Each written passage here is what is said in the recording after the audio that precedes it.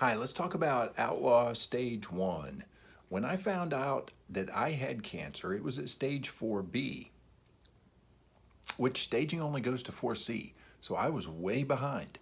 So my first step into fighting cancer was a counterattack, and a densely concentrated counterattack using all available weapons, oncology, pharmaceutical products, natural medicines, and metabolic therapies, one of which I'm doing right now. That's an IV vitamin C bag. But a counterattack is intended to outpace the ability of the cancer to proliferate and grow. It tries to reclaim the natural processes that force normal cells into a natural cell death. Cancer cells mutate to avoid that, and so what we have to do is overwhelm them with compounds that will force them into that natural cell death process. And we can kill cancer cells and tumor cells that way with this process called apoptosis. So the three different weapons, the chemical pharmaceutical products, I used, of course, chemo, ivermectin, and doxycycline. Natural medicines, I used curcumin, olive oil, fish oil, CBD oil, apigenin, berberine, garlic, ECGC, quercetin, resveratrol, and then metabolic therapies, rebounding, and I changed my diet significantly. So let's talk about each of these a little bit. I'm going to skip past the chemo because your oncologist can inform you fully about that. The rest of this they may not be able to, not because they don't want to, but because they're restricted from it by their licensing authority. So everything I'm going to discuss, I have compiled all of the research papers and links to the research papers from PubMed and various journals published around the world. I've compiled all that information. It's on my resources page. It's in a document called Protocol Meds Research. And you can find all of that information there, links to all the research. I'm just going to give you an overview.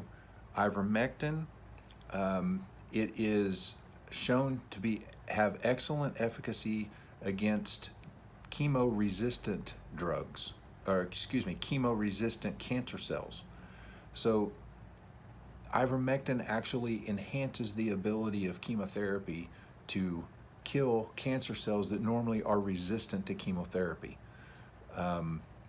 Targeted with chemotherapy drugs, it has a powerful effect on cancer. Ivermectin does. The research shows that. I take 3 milligrams twice a day. Doxycycline, it's an antibiotic, but low-dose doxycycline, there's some pretty exciting data out there and research that shows that it should be recognized for the ability to eradicate cancer cells and, more importantly, kill the cancer stem cells across a variety of cancer types. Now, normally what we do with radiation or chemotherapy or any of these other apoptotic drugs is we can kill cancer cells and we can kill tumor cells. But a lot of times there's a reoccurrence because the cancer stem cells that produce the cancer cells that grow into tumors, normal drugs don't touch the cancer stem cells. Matter of fact, there's not a drug that your oncologist can write a prescription for that has been shown to be effective against cancer stem cells. Interestingly, doxycycline is a compound that has been shown to be effective, and doxycycline in combination with ivermectin, research shows they should be repositioned as cancer drugs because in combination they're effective against cancer stem cells. Very important distinction.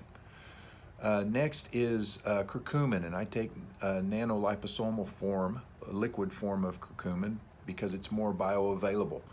It's highly apoptotic, anti-inflammatory, and is effective against cancer spreading, against the metastasis of cancer. Interestingly, here's the types of cancer the research shows curcumin is effective against: prostate, breast, gastric, colorectal, pancreatic, brain tumors, multiple myeloma, leukemia, lymphoma, lung cancer, and bone cancer. Isn't that interesting?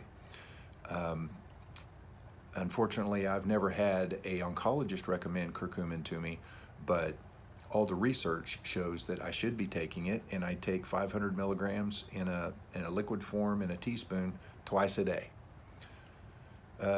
Omega-3 fatty acids, I have increased my intake of those significantly, and I take olive oil 2 tablespoons a day, twice a day, and fish oil I take 1,280 milligrams in capsules twice a day. CBD oil or RSO in states where cannabis is legal, the RSO oil or full spectrum CBD oil, the difference between the two is THC. You find that in the cannabis form of RSO. CBD oil is hemp from the hemp plant and doesn't contain the THC. But CBD oil I use is a full spectrum that includes not just CBD, but also CBC, CBG, and CBN, and all the terpenes. I take 2 mils of that twice a day. Again, it's highly apoptotic. It absolutely kills cancer cells. When I first came out of the hospital, I took RSO for 100 days and killed cancer cells like you would not believe. I had a blanket of tumors that the doctor described as studding the peritoneum, the stomach lining, and 3 months later they were gone. Gone, gone. Didn't show up on the scan at all. And the only thing I was doing at that time was RSO, because we were still waiting for my wound to heal from the surgery before I could start anything else. The next natural thing I'm taking is apigenin. It's reported to arrest cell growth and is apoptotic, and it uses multiple cell signal pathways to control a variety of human tumors, including those of the breast, lung, liver, skin, blood, colon, prostate, pancreatic, cervical, oral, and stomach cancers. Apigenin I take 50 milligrams twice a day. Berberine is a very interesting compound. I'm surprised I wasn't taking berberine before. It is an anti-cancer agent. It's apoptotic, causes autophagy, cell cycle arrest, metastasis and angiogenesis inhibition. Angiogenesis is the process of cancer cells creating their own blood supply. We obviously want to inhibit that, and berberine helps with that.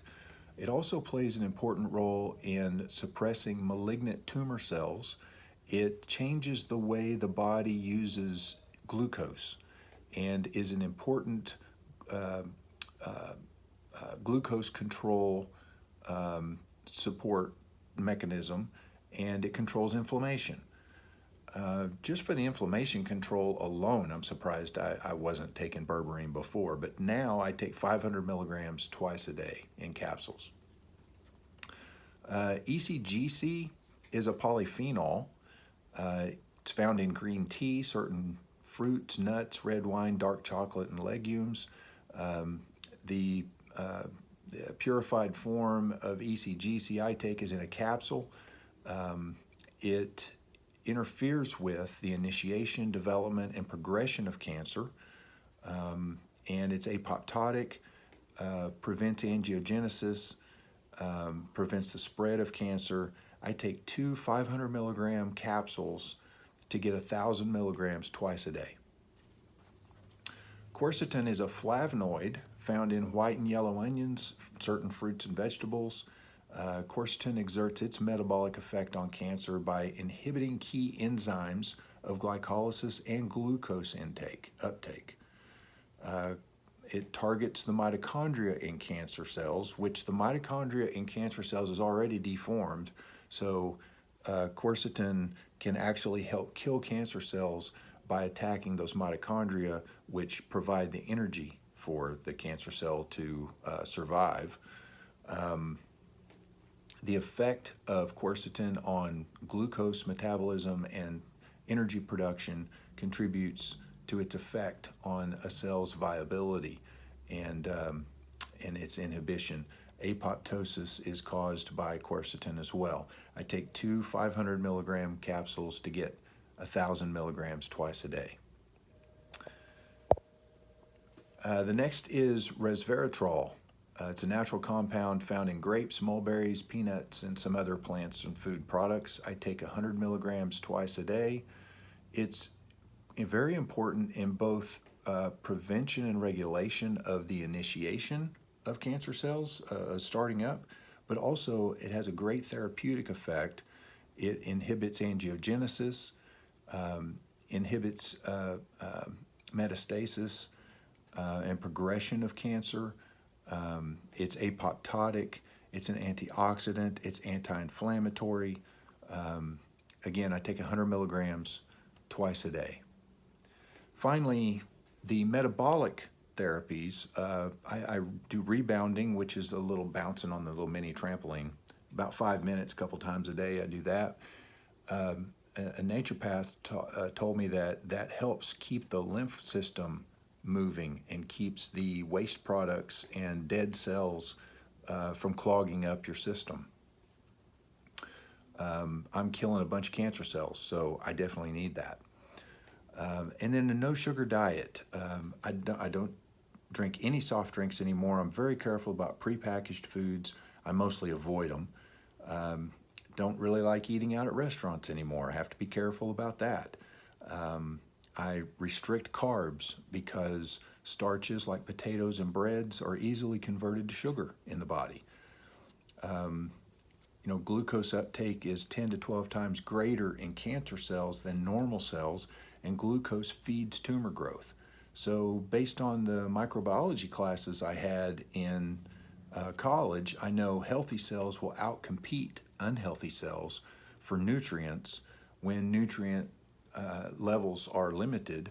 And so it makes sense to me that restricting the sugar will help slow the growth of the cancer and allow the medicines to get ahead of the cancer that has up to now been so far ahead of us. This may sound like a lot, but chemo alone, again, is only using the Navy. It's not a full war. Consider this. The human body readily accepts natural compounds because it can recognize them and use them and knows what to do with them. Chemicals, however, are instantly rejected by the body. So in order for chemical treatments to be successful, like chemo, the dosage must be high enough to overcome the body's ability to reject it. That's why people often get so sick with nausea and diarrhea and vomiting. The body's trying to reject that unnatural man-made chemical. So by adding natural compounds that make the chemicals more effective, I can take a lower dose of the chemical and get the same or better results. Also, there's no chemicals available to do many of the things that the natural compounds do. Finally, I'm in a war with cancer, and I'm going to war with more than just the Navy. I'm fighting a total war with the intention of total victory. So this is my battle plan to counterattack the cancer invasion inside of me, and I'm sending an overwhelming force of pharmaceutical meds, natural meds, and metabolic therapy in the form of my diet and exercise. In the next video, I'll walk you through my siege and coercion battle plan. We'll see you then.